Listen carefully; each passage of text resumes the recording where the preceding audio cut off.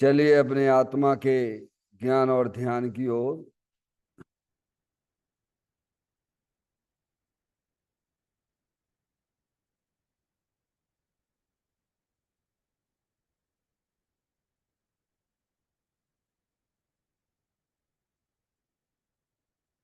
अपने चंचल मन को एवं चंचल उपयोग को स्थिर करने के लिए जिनवाणी माता के माध्यम से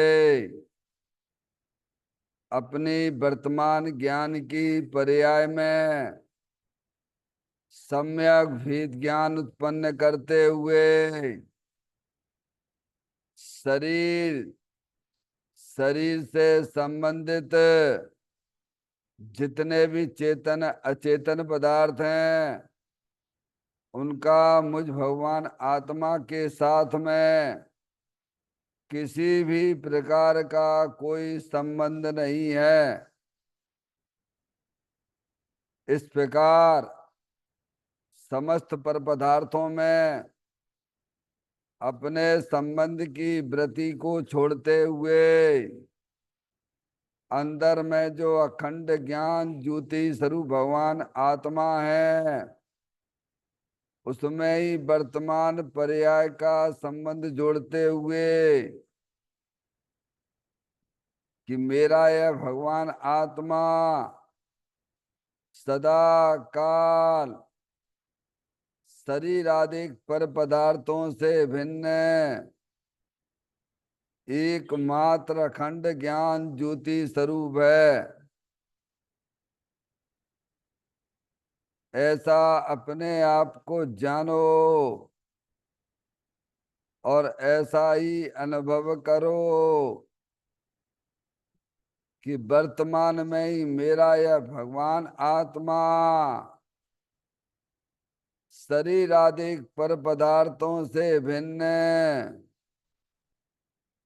एकमात्र अखंड ज्ञान ज्योति स्वरूप ही है।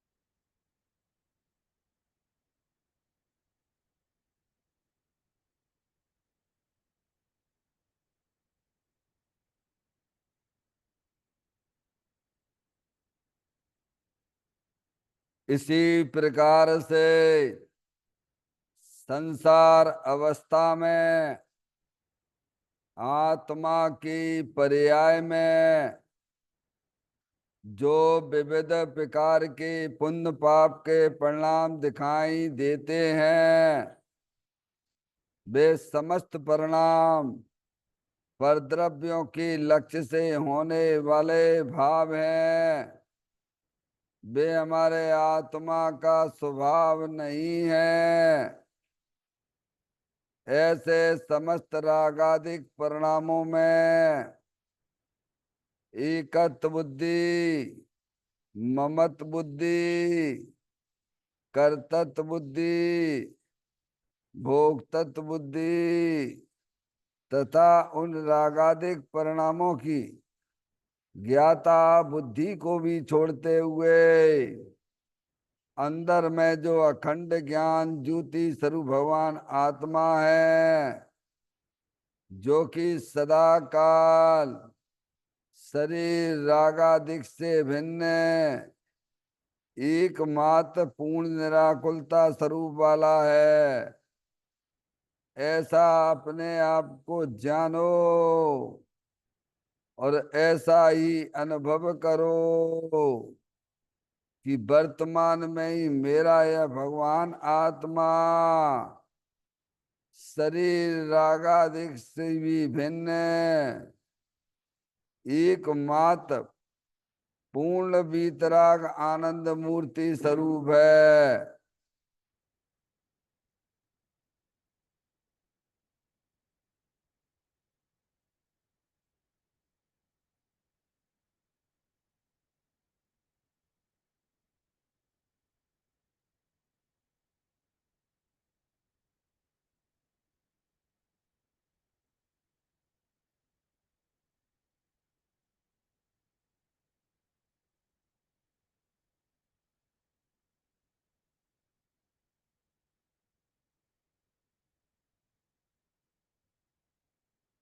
इसी प्रकार से संसार अवस्था में आत्मा की पर्याय में जो पर के लक्ष्य से होने वाला ज्ञान है, वह परलक्षी ज्ञान भी हमारे आत्मा का स्वभाव नहीं है।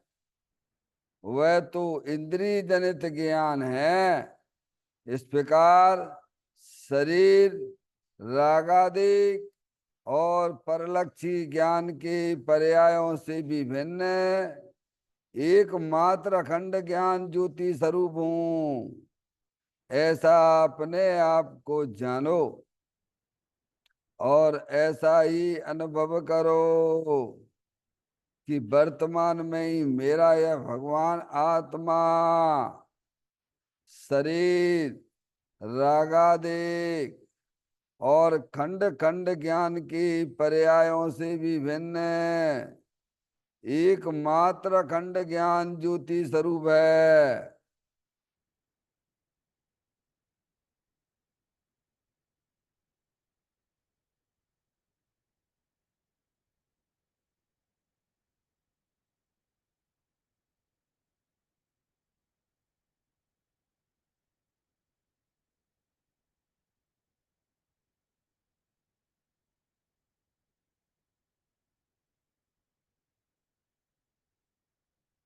द्रव कर्म भाव कर्म नो कर्म रहित शुद्धात्म स्वरूपो हम।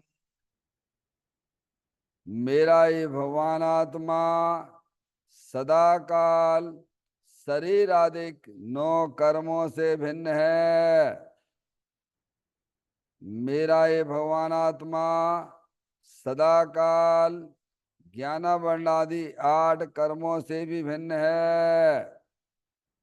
मेरा ये भगवान आत्मा सदा काल मोह राग देश भाव कर्मों से भी भिन्न है।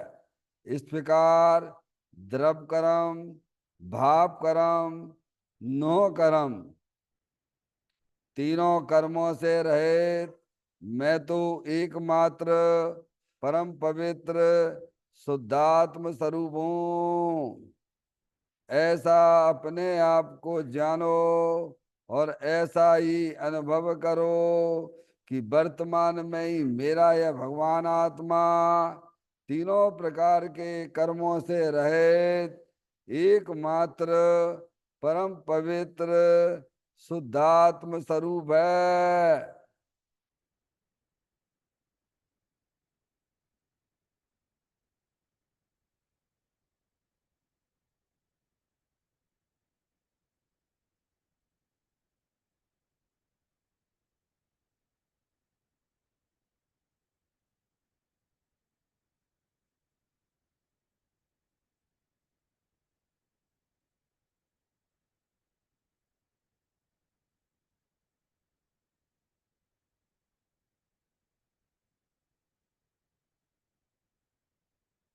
ओम नमः सिद्धेभ्यः। ओम नमः सिद्धेभ्यः। ओम नमः सिद्धेभ्यः। चिंतामणि सम स्वयं का चैतन्य तत्व महान है। निज का करूं मैं चिंतवन, निज का करूं श्रद्धान में। शुद्धा तुम्हारी देव है जो गुण अनंत निधान है। मैं स्वानुभव में देख लूं आत्मा स्वयं भगवान है। मैं स्वानुभव में देख लूं आत्मा स्वयं भगवान है। निम्मण जान पर ठिया कम कलंकिड़े भी अपालद्दौ जैन परु ते पर मप्पड़वे सब करम मल्लिका नाश करवरु प्राप्त कर निज आत्मा जो लीन निर्मल ध्यान में नम कर निकल परमात्मा सब नाश कर घन गाति अरे अंत पद को पालिया कर नमन उन जिन देव को यह काव्य पद अपना लिया।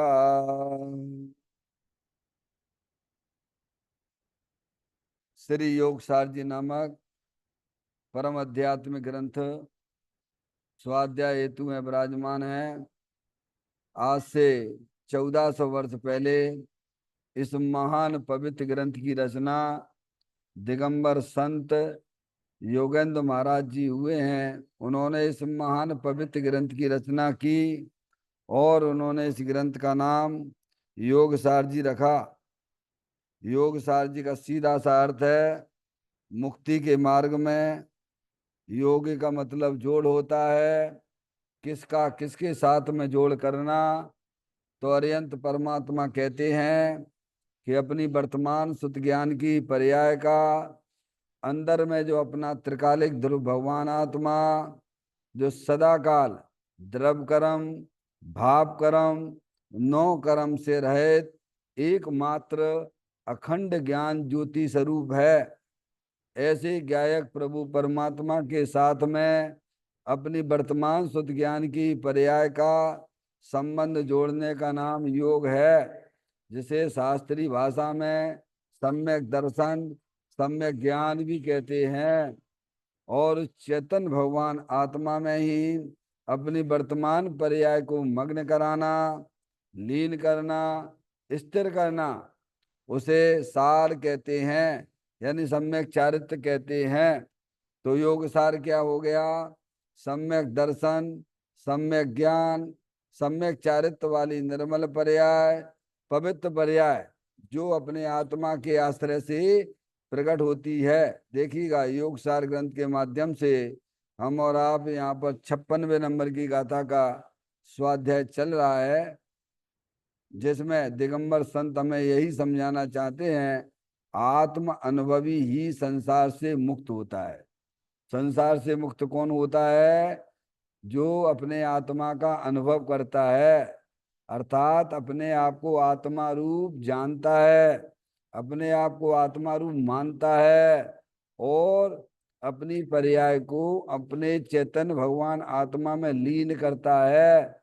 वह आत्मा ही शब्द दिया है ना, ही दृढ़ता का सूचक है। काय का?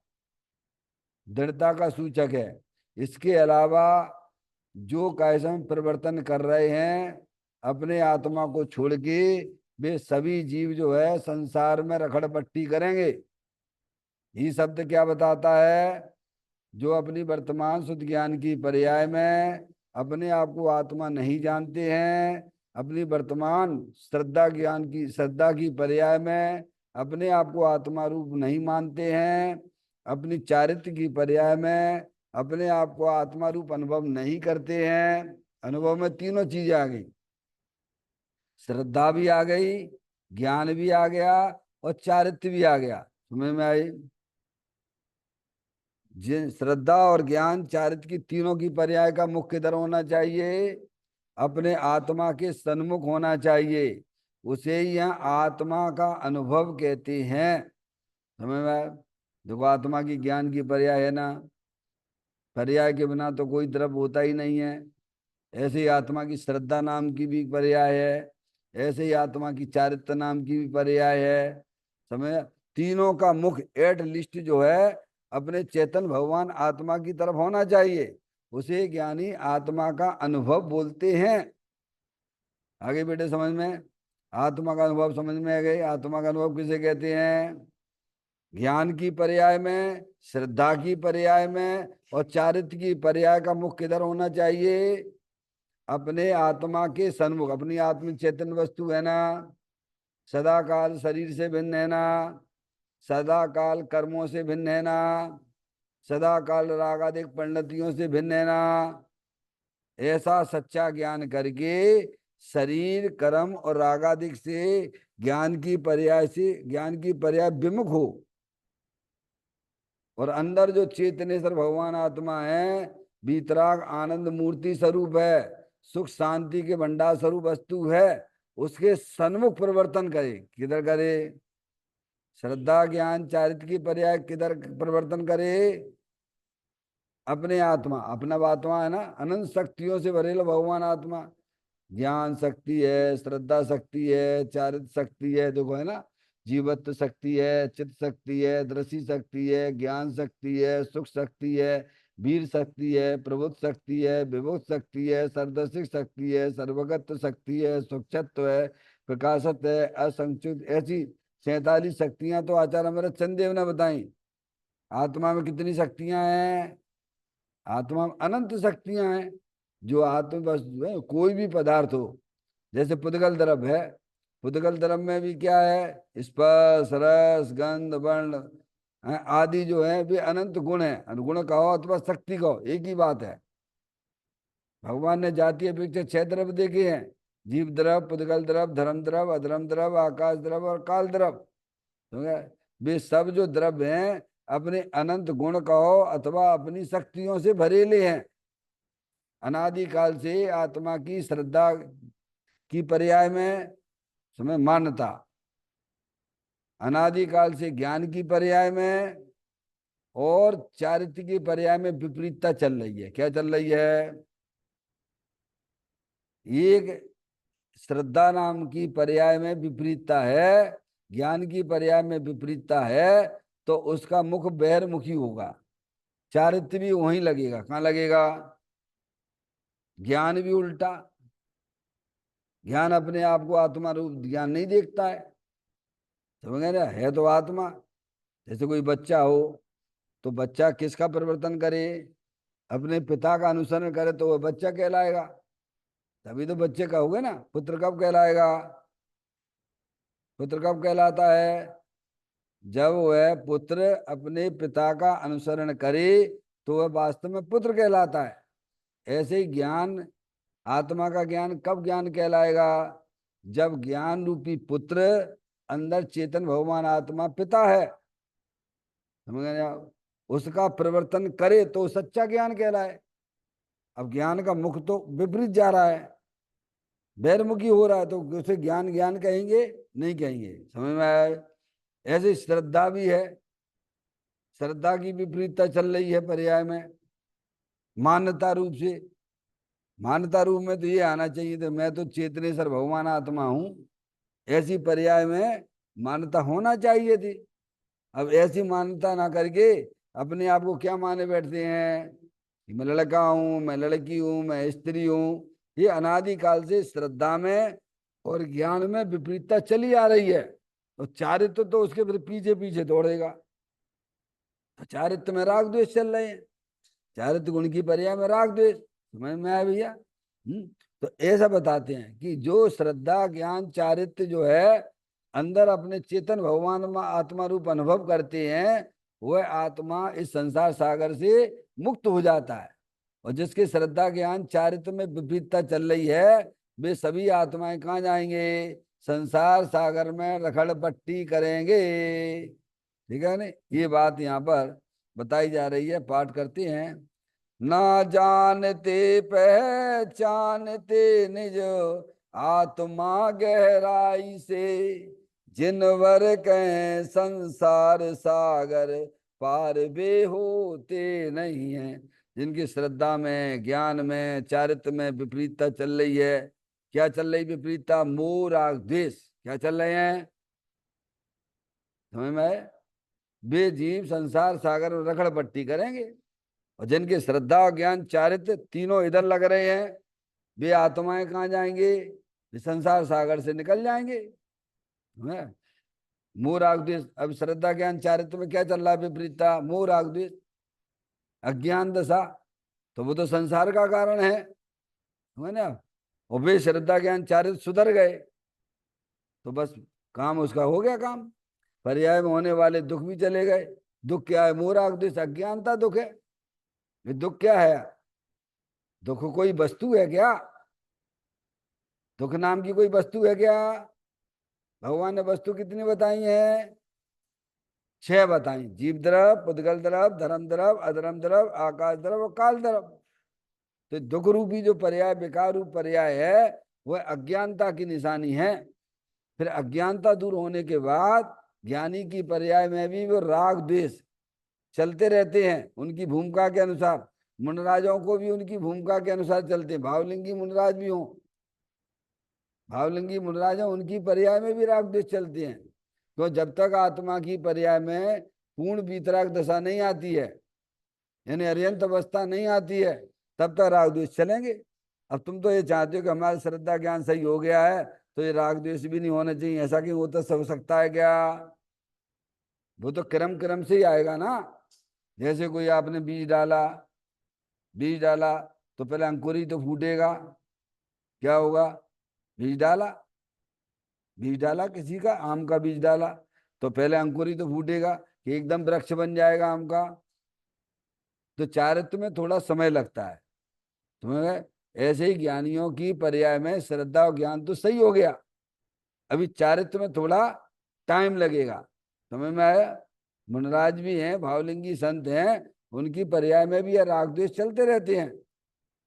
वे संजुलन कसाय संबंधित चलते हैं। क्या चलते हैं? मुनराज की पर्याय में कौन से कसाय के परिणाम राग द्वेष के चलते हैं? संजुलन कसाय संबंधित चलते हैं। सम्यक दृष्टि है तो उसको जो है अप्रत्याख्यान संबंधी चलते हैं, क्योंकि मिथ्यात गया, मिथ्यात गया और उसके साथ में अनंतानबंदी कसाय भी गई। 4 कसाय बताई नहीं? अनंतानबंदी कसाय, अप्रत्याख्यान संबंधी कसाय और ये प्रत्याख्यान संबंधी कसाय और संजनन कसाय। जहाँ श्रद्धा सही हो गई, मान्यता सही हो गई, तो ये जो है फिर इनमें भी ये देखो, इस श्रद्धा डाउन होगी, विपरीतता चली गई श्रद्धा की, है नहीं? और ये अनंतानबंदी कसाय भी डाउन हो गई। अभी ये कसाय रह गई। क्या रह गई हैं? किनको? सम्य दृष्टि जीव को। किसको रह गई हैं? इतनी बैर मुक्ता है और इतनी अंतर्मुक्ता है। श्रद्धा ज्ञान सुधर गया तो इतनी पर्याय में वीतरागता आ गई। और सम्य दृष्टि जीव है भी जो है किंचित थोड़ा सा उसको पर्याय में अतीन्द्रिय आनंद की प्राप्ति हुई है, क्योंकि श्रद्धा और ज्ञान का परिवर्तन किधर हो रहा है? अपने आत्मा के सन्मुख हो रहा है। समझ में? अभी चारित्र में थोड़ी कमी, इतनी बहिर्मुखता है इतनी। अब जैसे ही आत्मा की तरफ अपने उपयोग को लगाएगा बारंबार बारंबार बारंबार बारंबार, समझ? करत करत अभ्यास से जड़मत होत सुजान, रस्सी आवत जात से सिल पर पड़े निशान। समझे आप? तो क्या होगा? तो ये जो है इसमें ये है ना अप्रत्याख्यान संबंधी प्रत्याख्यान है, अनंता अप्रत्याख्यान संबंधी, ये ढीली पड़ती जाती है ये धीरे देश वृत्ति हो जाता है। क्या हो जाता है? अप्रत्याख्यान संबंधी कसाय चली गई तो देश वृत्ति, देश वृत्ति की जो है आगम में 11 प्रतिमाएं हैं। कितनी है वो? कौन की? श्रावक की हैं। किन की है वो? 11 प्रतिमाएं श्रावक की हैं। समझ ना? अब श्रावक में रह के वो अपना काम करता रहेगा, उतनी उसकी बीतरागता बढ़ती जाएगी पर्याय में। समझ में आई? और उतना जो कसाय का परिणाम उसकी पर्याय में रहेगा। तुमको नहीं बिल्कुल नहीं होने चाहिए कसाय, कसाय बिल्कुल नहीं होने चाहिए, ऐसा नहीं। अगर बिल्कुल कसाय नहीं होगी तो वह आत्मा कौन हो जाएगा? पर्याय में परमात्मा, हरियंत परमात्मा हो जाएगा। कौन हो जाएगा? समझ में आए? क्योंकि अभी तो यहाँ तो फिर जो है यहाँ पर देखेंगे आप, ये जो 2 डाउन हो गई, अनंतानबंदी गई, मिथ्यास विपरीत मानता निकल गई, अनंतानबंदी कसाई गई, अब प्रत्याख्यान संबंधी कसाई गई, देश वृत्ति आ गया, अब मुनराज हो गया। अब ये तो रह गई ना मुनराज को संजनन वाली कसाय। राग द्वेष रह गए कि नहीं रह गए? क्रोध मान माया लोभ कसाय कितने प्रकार की बताई है? 14 प्रकार की बताई है। 14 प्रकार का परिग्रह है कि नहीं है? त्याग करें मुनराज जी, 14 प्रकार का परिग्रह का त्याग करें। और 10 बाहर के हैं, अंदर के 14 हैं। तो अंदर के 14 कौन सी हैं? मिथ्यात है और क्रोध मान माया लोभ है, और 9 कसाय हैं। हास रति अरति शोक भय जुगुप्सा स्त्री वेद पुरुष वेद नपुंसक वेद। समझ में आएगी नहीं? ये जो है कितने हो गए? 9 और 4 13 और एक मिथ्यात। मिथ्यात सबसे पहले मिथ्यात जाता है, विपरीत मानता छूटती है। विपरीत मानता नहीं छूटेगी तब तब ये आपकी जो है 13 प्रकार की जो कसाय है ना, क्रोध मान माया लोभ और हास रति अरति शोक भय जुगुप्सा स्त्री वेद पुरुष वेद नपुंसक वेद, सब हरी भरी रहेंगी। कैसी रहेंगी? 13 प्रकार की कसाय हरी भरी रहेंगी। चाहे भले ही बाहर में वो कसाय की मंदता वाला दिखता हो, लेकिन अभी उसकी सारी 13 की 13 कसाएं जो है बिल्कुल हरी भरी रखी है। जैसे आपका पेड़ है, पेड़ को आपने काट दिया, ऊपर से काटोगे तो फिर बड़ा हो जाएगा। क्या हो जाएगा? ऊपर से काटोगे, तना काटोगे, वो काटोगे आपकी उसकी है, ऊपर ऊपर से छीलते रहोगे, डाली काटोगे, पत्ते तोड़ोगे, तो वे तो फिर हरे भरे हो जाएंगे। हो जाते कि नहीं हो जाते हैं? और उसी पेड़ को नीचे से काट दो तो, मूल से उखाड़ दो तो। ऐसे ही अज्ञानी जी भले ही बाहर में कितनी भी कसाई की मन्नता वाला परिणाम वाला दिखता हो, लेकिन अभी उसकी विपरीत मानता, श्रद्धा संबंधी दोष चल रहा है, ज्ञान संबंधी दोष चल रहा है, तब तक भी जो है सब 13 प्रकार की सब दोष उसको लगते रहते हैं। आगे बेटे समझ में है? तो सबसे पहले ज्ञानी क्या कहते हैं? सबसे पहले आप अपना ज्ञान सही करो, सबसे पहले अपना श्रद्धान सही करो, फिर चारित्र संबंधी, ये चारित्र संबंधी है ना, अनंतानुबंधी कैसा है, अप्रत्याख्यान संबंधी कैसा है, प्रत्याख्यान संबंधी कैसा है, और संयोजन कैसा है। ये तो चारित्र के कोटे में, मोह के 2 भेद, दर्शन मोहिनी और चारित्र मोहिनी। समझ गए? तो पहले क्या जाएगा? पहले विपरीत मानता छूटेगी, श्रद्धा का दोष छूटेगा, ज्ञान का दोष छूटेगा। तो ये छूट गया, ये हो गया सम्यक दृष्टि हो गया, मिथ्यात गया, दर्शन मोहिनी गया। और जो है अब इसमें भी बदलाव आ गया, किसमें? चारित्र मोहिनी में क्या बदलाव आ गया? क्या बदलाव आया?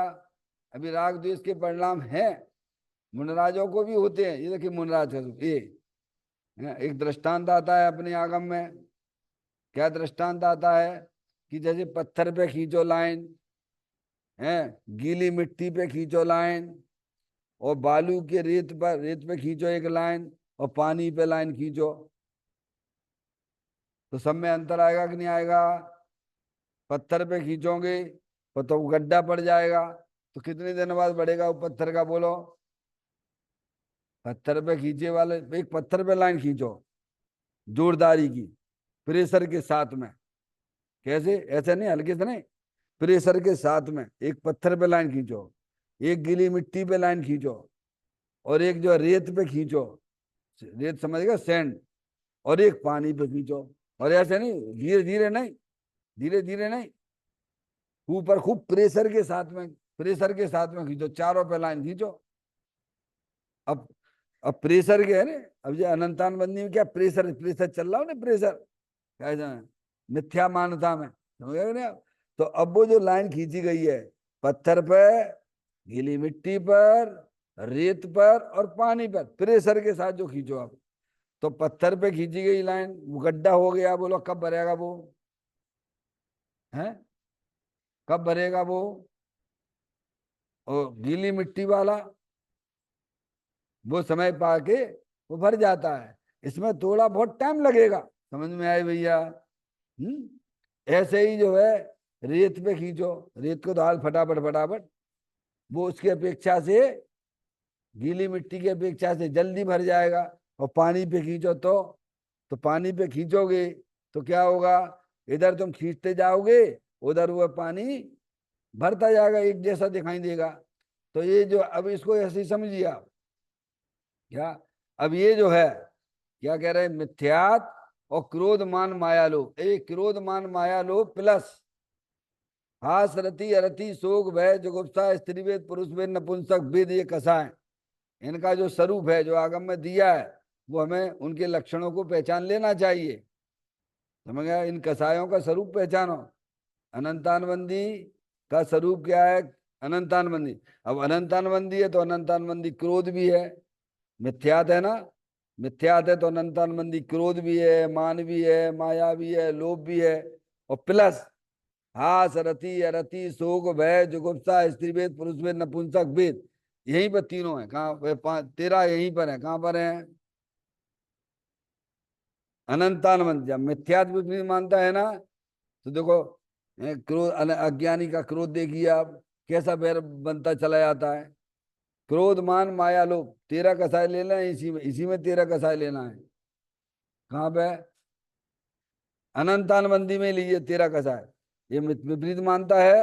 अनंतानबंदी में क्रोध, मान, माया, लोभ, अपन उसकी विचार कर रहे हैं ना, परिग्रह 24 प्रकार के परिग्रह पे विचार कर रहे हैं ना। तो अब यहीं पे क्रोध, मान, माया बोल अनंतानबंदी। अब प्रत्याख्यान संबंधी क्रोध, मान, माया, लोभ, प्लस नौ कसाय भी लेना साथ में, सब साथ में चलेंगी। तेरह कसाय साथ में चलती हैं, है ना। और ये अनंतान ये जो चलेगा इसमें प्रत्याख्यान में, क्रोध, मान, माया, लोभ, प्लस प्लस प्लस नौ कसाय, ठीक है, तेरह है। और यहाँ पे भी आ जाइए आप, तेरह तेरह सब साथ में चल रही हैं। अब जो ये वस्तु स्वरूप का सच्चा ज्ञान हुआ, श्रद्धान हुआ, तो अनंतानबंदी क्रोध, मान, माया, लोभ, प्लस हास, रति, अरति, शोक, भय, जुगुप्सा, स्त्री भेद, पुरुष भेद, नपुंसक भेद, नौ कसाय भी ऐसी हो गई। अभी है कि नहीं यहाँ पर? जिंदा है कि नहीं अभी? बोलो, देश व्रति को है कि नहीं है? हैं? दृष्टांत में क्या लेंगे बोलो? हाँ, ठीक है, बिल्कुल सही कहा है। ये पत्थर पे खींचे जाने वाली कसाय जो है ना, तेरह डाउन हो गई। क्या हो गई है? पत्थर पे खींची जाने वाली लाइन डाउन हो गई है। समझ में आई? क्योंकि मिथ्या श्रद्धा सही हो गई, ज्ञान भी सही हो गया। तो अब ये बची, अब ये जिंदा है, ये देशव्रती है। क्या है अभी यहाँ पर? ये अब तुम कहो नहीं नहीं, उसको ये सब चीजें नहीं होना चाहिए, समय दृष्टि है, ये नहीं होना चाहिए, ऐसा संभव है क्या? अगर ये नहीं होगा तो क्या होगा? अगर ये सभी खत्म हो गई, तो वो है देशव्रती कहलाएगा कि वो अरिहंत परमात्मा कहलाएगा? बोलो। तो फिर अरिहंत परमात्मा हो गया पर्याय में, आगे बात है। लेकिन वे तो रहेंगी, रहेंगी भूमिका अनुसार रहती हैं। अब ये तेरह यहाँ भी डाउन हो गई, क्योंकि वो जो पर्याय है ना, श्रद्धा की, ज्ञान की और चारित्र की, तीनों तीनों की पर्याय, समझ कहाँ लगी हुई है? तीनों की पर्याय अपने आत्मा के सन्मुख होके काम कर रही है। तो सन्मुख होके जो काम कर रही है, तो पर्याय में अतीन्द्रिय आनंद बढ़ता जा रहा है। क्या हो रहा है? अरे भाई, कोई चीज है, मीठी चीज खाओगे तो मुंह मीठा होगा कि नहीं होगा? ऐसे आत्मा का मुख क्या है? श्रद्धा, ज्ञान और चारित्र। सम्यक दर्शन, ज्ञान, चारित्राणी मोक्ष मार्गा। समझ गए ना? तो अब श्रद्धा और ज्ञान और चारित्र की अब इधर लगी हुई है। किधर? तो यहाँ पे वीतरागता बढ़ती जा रही है, तीन्द्रिय आनंद बढ़ता जा रहा है। और यहाँ पर क्या है? यहाँ भी कसाय है। अगर ये भी नहीं रहे, कौन सी कसाय? तो रेत उस पे खींची, यानी रेत पे खींची वाली कसाय है। तेरह तेरह तेरह सब जिंदा है यहाँ पर। समझ में आई? ये अप्रत्याख्यान, ये प्रत्याख्यान तीसरी है। पत्थर पे खींची जाने वाली लाइन, गीली मिट्टी पे, गीली मिट्टी पे खींची जाने वाली लाइन, और रेत पे खींची जाने वाली लाइन, और पानी पे खींची जाने वाली लाइन। अब इन सब में आप जो तेरह कसाय ले ली, मूल राग द्वेष के परिणाम, तीन में कहो, तेरह के तीन कर दो, तेरह के क्या कर दो? तीन कर दो, तो मोह राग द्वेष के परिणाम। तो सारा जो संसार चल रहा है, कहाँ चल रहा है? मोह राग द्वेष। जब तक मोह राग द्वेष जिंदा रहेंगे, तब तक जीव संसार में रहेगा कि नहीं रहेगा? अपर्यंत परमात्मा के मोह राग द्वेष पर्याय में है क्या? नहीं है, तो वे हो गए कि नहीं, मुक्त हो गए कि नहीं हो गए? बोलो। अब ये देखिए, अब ये यहाँ पे आ जाइए। अब जो यहाँ राग द्वेष के परिणाम तो यहाँ भी चल रहे हैं, मुनराज के भी चल रहे हैं, संजुलन संबंधी चल रहे हैं। और वे कसाएं भी पीछे वाली चली आ रही हैं, उनको भी रहता है। गुणस्थान प्रमाण उनका भी जीवित बना है अभी। इतनी बैर मुक्ता है, इतनी अंतर्मुक्ता है, इतनी अंतर्मुक्ता है। आगे बेटे समझ में बात? तो यहाँ यही कहते हैं कि वे जीव ही जो गहराई से अपने आत्मा को समझते हैं, अपने आप को आत्मा रूप अनुभव करते हैं। गहराई का मतलब क्या? जो जीव अपने आप को गहराई से जनमानी माता के द्वारा वस्तु स्वरूप का सच्चा ज्ञान करके गहराई से, हमें गहराई तो जब जाती है जब उसमें रुचि हो, जब हमें गहराई अपने आप आ जाती है। कैसी आ जाती है? गहराई कब आएगी पर्याय में? गहराई कहाँ आने हैं? द्रव्य में आना है कि गुण में आना है कि पर्याय में आने हैं? श्रुत ज्ञान की पर्याय में। तो श्रुत ज्ञान की पर्याय गहराई से कब आएगी, कब होगी? जब हमें अपने आत्मा की रुचि होगी तो ऑटोमेटिक पर्याय में गहराई आ जाएगी। समझे नहीं आप? जैसे किसी को इच्छा है कि वो तालाब से हमको ये चीज तो उठाना ही है, समुद्र के अंदर जो है हीरा जवाहरात पड़े हुए हैं, तो लोग उठा के लेके आते हैं कि नहीं आते हैं? जिनमें है काय समय जाकर उठा के लेके आते हैं कि वहां चीज पड़ी हुई है।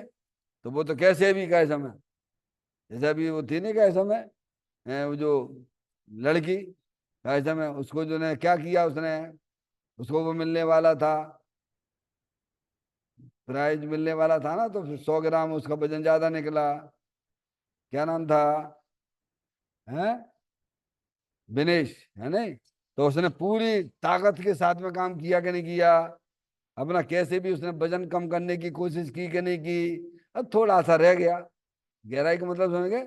रुचि पूर्वक जिस काम में तुम लग जाओगे, रुचि पूर्वक, जैसे तुमने सीए की पढ़ाई करी तो पास हो गए कि नहीं हो गए, निकल गए कि नहीं निकल गए वहां से? और ऐसे ही पढ़ते तो पढ़ते ही रहते ऊपर ही ऊपर से, पढ़ तो रहे, दुनिया को दिखेगा पढ़ रहे हो। समझ? गहराई का मतलब ये है रुचि पूर्वक। समझ गए? जहां अगर पर्याय में तो निकल जाएंगे, वो जीव निकल जाता है, भले थोड़े बहुत समय बाद निकल जाए। क्या है समय? अब जो कार्य आप रुचि पूर्वक करेंगे वह जीव नियम से गारंटी से उसमें सफल होता ही है। समझ? वो रुकता नहीं है काम उसका। और अगर वहां से हट गया तो हट गया, तो खेल खत्म। तो गहराई का मतलब होता है रुचि, रुचि के साथ में गहराई की पर्याय में आती है। तो कहते हैं जो जीव गहराई से अपने आत्मा को पहचानते हैं, अपने आप को आत्मा रूप अनुभव करते हैं, समझ गया, वे जीव नियम से गारंटी से इस संसार सागर से पार हो जाते हैं। देखिए इसकी अंतिम चर्चा की ओर अपन चल रहे हैं। देखें,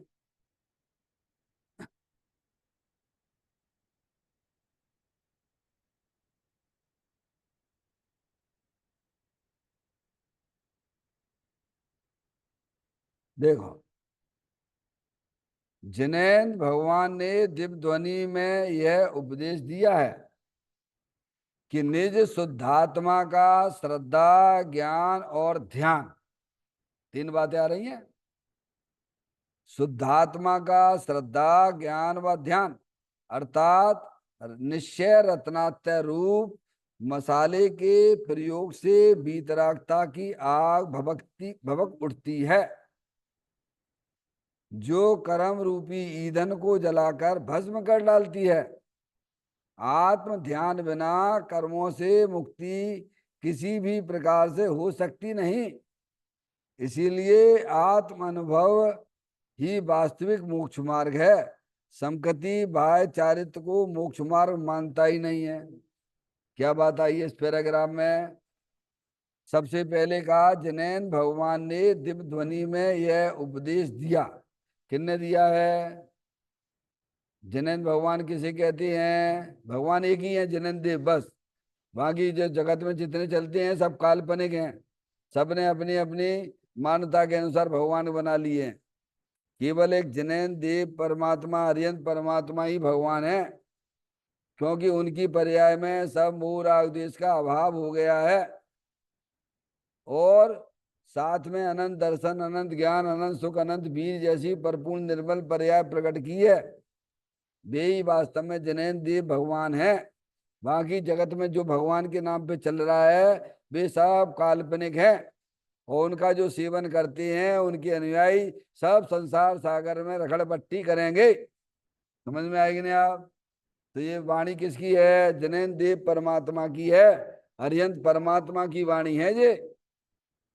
इसीलिए इसमें सब लगा जिनेन्द्र भगवान ने। किसने कहा है? जैसे तुम्हारे पिताजी बोले कि देखो बेटे वहां पे ऐसी चीज है, तो तुम्हें विश्वास होगा कि नहीं होगा? हमारे पिताजी झूठ क्यों बोलेंगे? क्या? पिताजी को पे विश्वास आना चाहिए पहले, नहीं तो फिर तो चाहे कोई भी कुछ भी कहने लग जाएगा। तो विश्वास है तो तुम दृढ़ता के साथ में बोलोगे। ऐसी तुम्हें जनिंद्रिय परमात्मा के प्रति विश्वास पहले आना चाहिए कि ये वाणी जनिंद्रिय परमात्मा की है। उन्होंने अपनी आत्मा की पर्याय में मूल उद्देश्य संपूर्ण रूप से खत्म कर दिया है। तुम फिर आपको कोई भड़का नहीं सकता, क्योंकि आपने निर्णय किया ना। उन्होंने निर्णय, हर चीज निर्णय से चलती है ना। घर का निर्णय किया है कि ये घर मेरा है, फिर कोई आ जाए फिर क्या होगा? आप कैसे बोलोगे? वो सोलो दृढ़ता के साथ में बोलोगे ना, यार भाई साहब जाइए आप अपना काम करिए। ऐसे ही हमें जैनदेव परमात्मा की पे हमें विश्वास होना चाहिए। समझ गया? अभी तो लोगों को विश्वास, व्यवहारिक व्यवहार का भी विश्वास का पता नहीं है, और चल रहा है बस जैसे भी अन्न मत वाले भगवान की पूजा भक्ति करते रहते हैं ना, ऐसे ही जैन कुल में पैदे हुए वे भी अपने ऐसे ही करते रहते हैं। समझ में आया? नहीं, अगर वो करते होते, अगर जैनदेव परमात्मा की बात में उन्हें विश्वास होता तो वे स्वाध्याय में जुड़ते कि नहीं जुड़ते, और गहराई से उस चीज को समझते कि नहीं समझते हैं? आगे समझ। तो यहाँ ये कहते हैं कि जिनेन्द्र भगवान ने दिव्य ध्वनि में यह उपदेश दिया। क्या उपदेश दिया? ये उपदेश है भगवान का। क्या उपदेश है? देखो, जिनेन्द्र परमात्मा का यह उपदेश है, ज्ञानी कहते हैं कि निज शुद्धात्मा का श्रद्धा ज्ञान और ध्यान, अर्थात निश्चय रत्नात्य रूप मसाले के प्रयोग से वीतरागता की आग भभक उठती है। तुम्हें कैसे भभकती है? जैसे घी में, जैसे अग्नि में घी डालो तो क्या होता है? अग्नि में घी डालो तो क्या होता है? पेट्रोल डालो अग्नि में तो क्या होगा? भभक उठेगी। भभक उठती है तो भभक यहाँ समझते हो?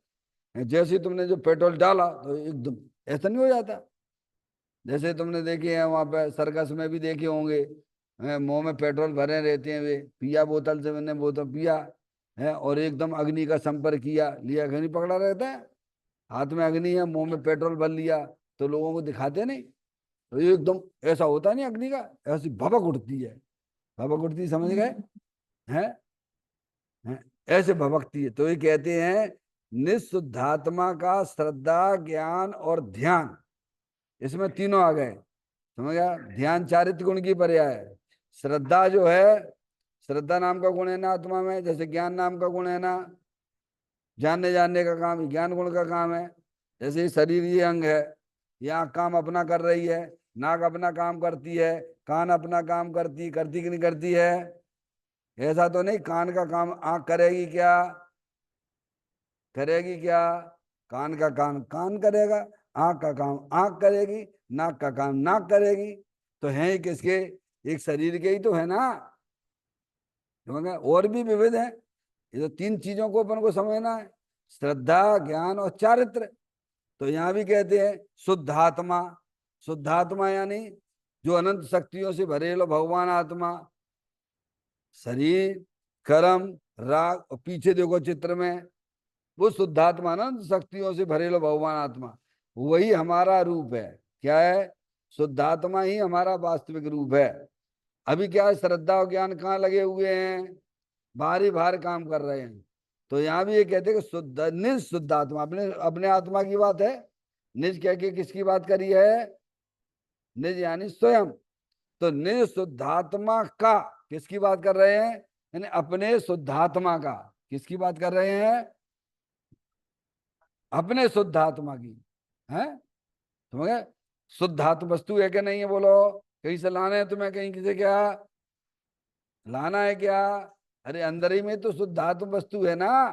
तो क्या निशुद्धात्मा का श्रद्धा ज्ञान और ध्यान, तीन चीजें ली हैं। तीन चीजें ली, आत्मा में अनंत गुण है ना, श्रद्धा ज्ञान चारित्र सुधर गए तो खेल हो गया पूरा खत्म। अरे श्रद्धा ज्ञान ही सुधर गए ना, तो ये समझो 100 में से कितने अंक मिल गए? 99.99। कितने पॉइंट मिल गए? कितना पॉइंट मिले बोलो भैया? 100 में से अगर आपने दो ही गुण की पर्याय को सुधार कर लिया, तो समझ में आ रही? श्रद्धा और ज्ञान चार, तीन का खेल है, समय दर्शन ज्ञान चारित्राणी मोक्ष मार्गा है। तो बातों में अनंत गुण है। तो क्या अनंत गुण तो है, अनंत गुण की पर्याय भी अनंत है, ले तुम्हें सुधार कितने में करने हैं बोलो? श्रद्धा में, ज्ञान में, और चारित्र तो आगे पीछे पीछे। समझ में आए?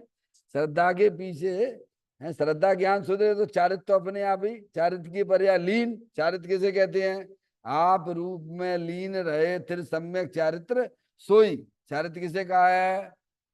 देखो श्रद्धा वहां से पढ़िए, पंडित दौलत राम जी के द्वारा पढ़िए। पर द्रव्यन्ते भिन्न आप में रुचि सम्यक तो भला है। आप रूप को जान पनो सो सम्यक ज्ञान कला है। आप रूप में लीन रहे थिर सम्यक चारित सोई। हो गए तीन की बात है ना? यहां भी तीन की बात करते हैं। बस इतना ही जा कह रहा है।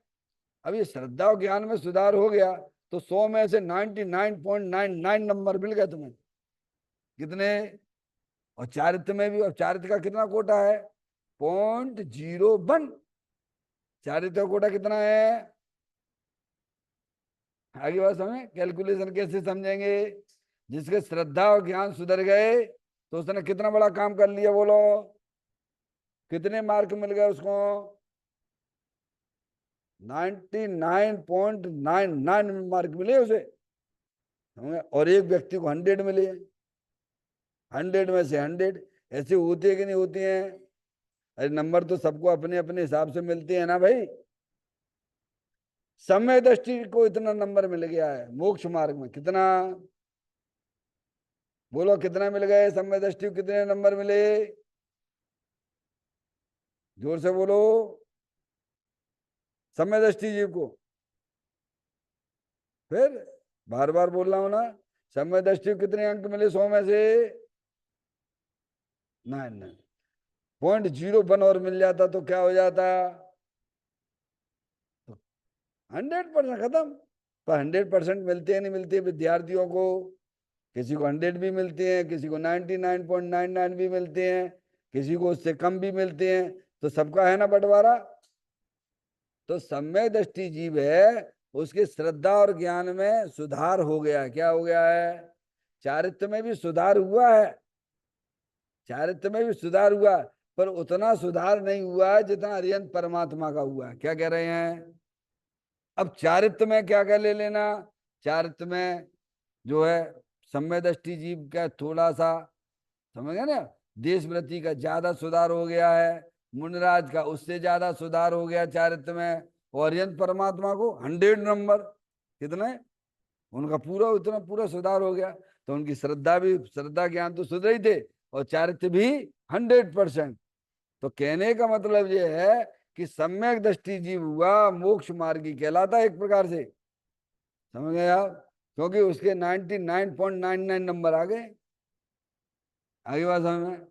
जितना जितना देशव्रति को अधिकार है, भावलिंगी मुनराज को अधिकार है मोक्ष का, उतना उस सम्यक दृष्टि जीव को भी अधिकार है कि नहीं मोक्ष का? बोलो।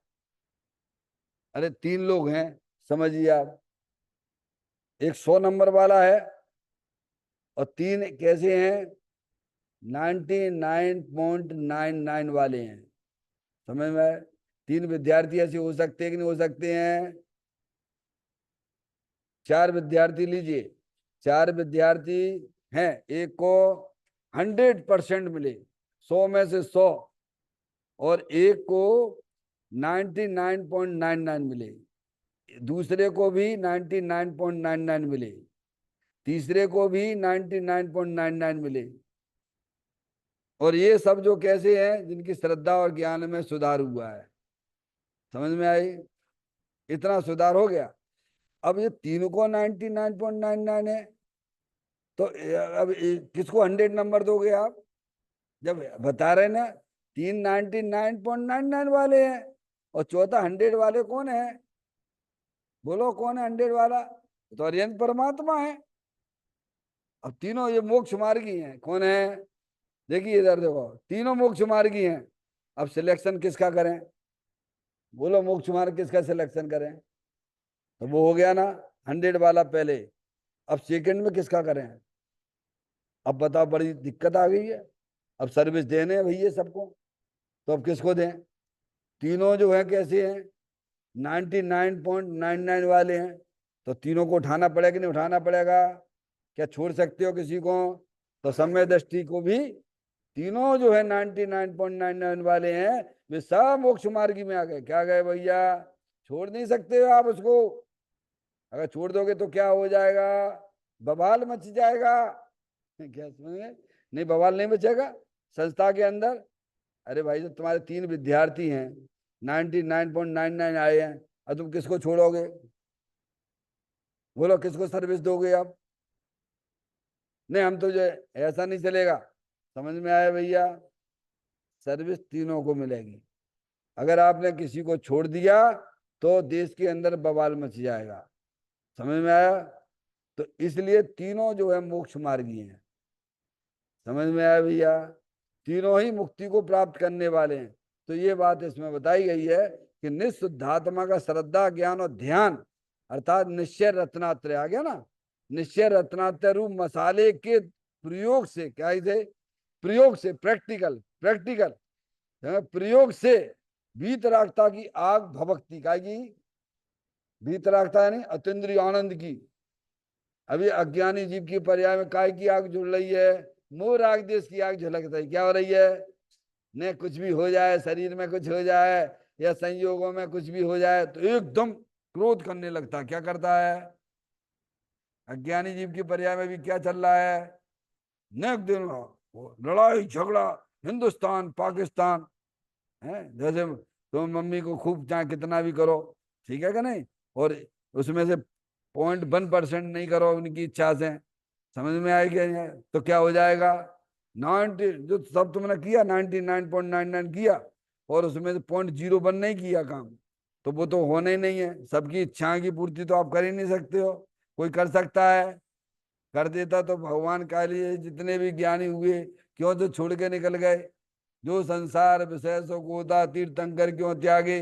इच्छाओं की पूर्ति कभी हो ही नहीं सकती है, कभी ना कभी बवाल मचने ही वाला है। तो अज्ञानी जीव की पर्याय में निरंतर अज्ञान अवस्था होने के कारण से क्रोध मान माया का बवाल चल रहा है। क्या चल रहा है? दुखी हो रहे हैं।